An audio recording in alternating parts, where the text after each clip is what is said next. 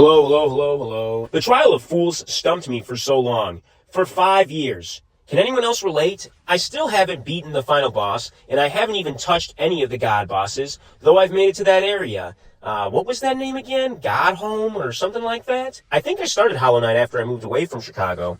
I would get home from work around 11 p.m., midnight, and I would start up the game, and I would explore for hours without a guide. Sometimes I'd even fall asleep while playing. Have you ever done that? Just gotten so lost in a game after a long day that you fall asleep? Hollow Knight came to me during a slump. I was even writing a piece called Video Games Bore Me, my problems with video games nowadays. But this gem popped into my life and changed all that. But anyway, that's besides the point. I did it. I beat the Trial of Fools, and I saved that bug guy from his cage. After so much frustration, I didn't even want to try anymore. That was until one day when I was at work and Fortnite needed an update. I hate how long these updates take. So I sat in the parlor, bored out of my mind, when one morning I thought, why not give Hollow Knight another shot? I've watched so many YouTube videos, I've seen all the tricks, and I've tried different badge combinations, had used a lot of charms like Heavy Blow and Sprint Master, or a combination of the two, but this time around, I wanted to switch things up. This time I had a secret weapon. I had a new friend named ChatGPT.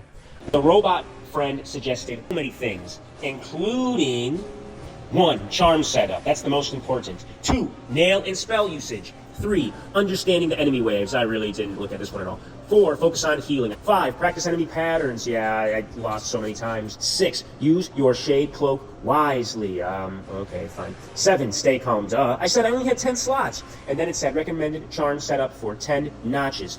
Quick Slash, Mark of Pride, Quick Focus, Fragile Strength, or Unbreakable Strength. Of course I have Unbreakable Strength. I was making real progress, faster than ever before. I kept getting to the part where the platforms rise, and those magic bug guys start chasing you and start throwing magical projectiles around you. And oh man, you know what I'm talking about. They disappear, they reappear, it's chaos. But with the help of my trusty chatbot friend and these different sort of badges, I finally started handling these earlier parts of the trial with ease. I had made it further than I ever had before, but was it just the advice? Maybe my brain was refreshed. Maybe I was just better at the game this time around. I had a bigger and better TV, and I wasn't playing after work all tired. I was playing in the afternoon when I had nothing else to do. What do you think? Do you think it was just the tech, or do you think it was better skills over time, or a combination of the three? But even with that advice, I still couldn't complete the trial.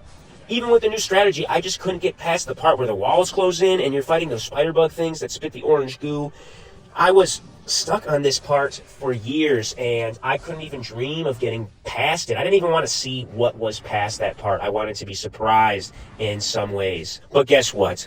After a few more tries, I still couldn't do it, and I just thought maybe if I had more health. So I made a decision. I had to sacrifice movement speed for more health.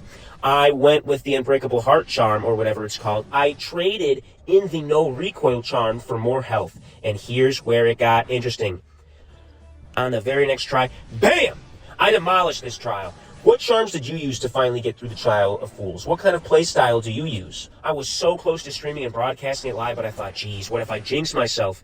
So I held off, and good thing too, because the final part of the Trial of Fools was not too hard. It was surprisingly easy. Or maybe it wasn't. Maybe I was just in the zone.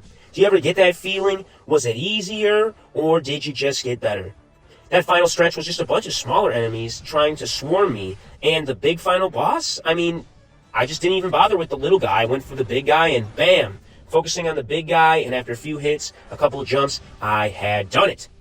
And you know what? I think I'm done with Hollow Knight for now. What about you guys? Have you beaten the god bosses? Or what about Nightmare King Grim? He's still waiting out there for me. I tried a couple times, but I don't think it's time for that now. Even though I haven't tackled these other bosses, I'm calling it for now. Maybe I'll come back when I feel that Hollow Knight itch again, when I get the urge to pogo around and explore. Thank you for listening, and if you enjoyed this story, don't forget to subscribe for more. I'm Salvatore Ocello, and I'll see you next time. Thank you. Have a great day.